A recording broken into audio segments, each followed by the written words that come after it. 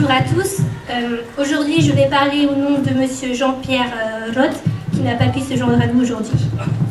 Chers amis, un chef de gouvernement et le chef de l'opposition se rencontrent à l'étranger pour recevoir ensemble la communauté de leurs concitoyens. Or, l'un a tout fait pour éliminer l'autre pendant 20 ans. Où voit-on cela? Au Cambodge, ou plus exactement, ce samedi même, à Kuala Lumpur, où les Khmer de Malaisie rencontraient Hun Sen, Premier ministre, en compagnie de Sam Rainsy, qui incarne l'opposition de leur patrie. C'est un pas nouveau dans un processus qui a commencé après le séisme des élections législatives de juillet 2013. Ayant confisqué la victoire de l'opposition et conservé la majorité à l'Assemblée nationale selon les méthodes inchangées de son pouvoir sans partage, Hun Sen, cependant, avait reconnu Rainsy pour interlocuteur et accepté d'entamer avec lui une négociation.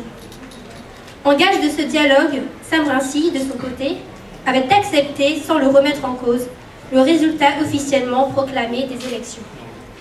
Leur compromis a porté son premier fruit en août 2014 avec la normalisation constitutionnelle qu'avait permis le retour au Parlement de l'opposition.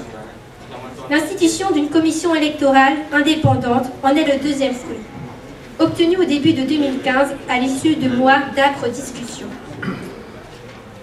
Hun Sen détient toujours le pouvoir. Son cercle rapproché et ses partisans conservent les sources d'enrichissement multiples qui l'accompagnent dans ce qui demeure un état de non-droit. En montrant de l'estime pour le leader de l'opposition et en coopérant avec lui, Hun Sen prend le risque de perdre leur confiance, car il leur signale, entre autres, que l'ère du pillage sans retenue de la richesse nationale dont ils ont pu jouir touche à sa fin. En affichant sa déférence pour le dictateur Hun Sen, notre ami Rainsy, de son côté, prend un très grand risque.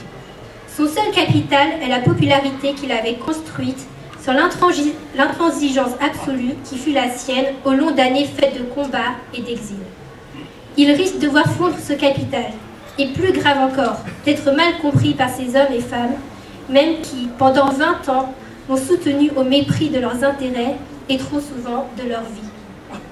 Mais il fallait que l'un et l'autre prissent ces risques pour que, sans violence, un pouvoir tolérable et digne puisse enfin, un jour, se former pour se charger de l'avenir du Cambodge.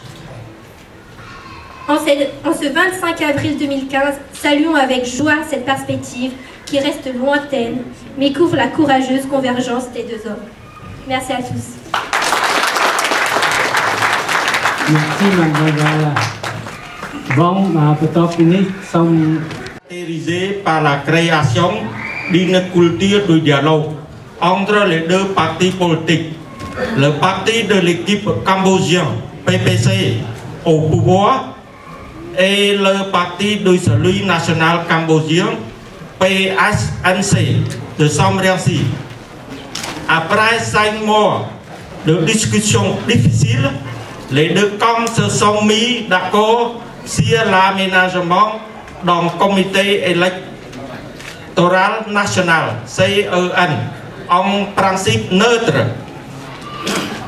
qui pilotera les futures élections de 2018. Avec, espérons-le, plus de transparence et moins de fraude. La loi électorale a été également révisée et modifiée. Tout n'est pas parfait, mais l'espoir est là. La base du PSNC rechigne, mais personnellement, je pense que c'est l'unique voie pour construire ensemble l'avenir du pays. Il est vrai que le parti au pouvoir ne tient pas à quitter ses privilèges exorbitants. Le Premier ministre tient désormais à utiliser cette parenthèse, entre guillemets, culture de dialogue pour interdire toute critique qualifiée comme autant d'insultes ou de diffamation. Bon. En code de conduite entre les deux parties vient d'être mis sur pied. Ciao.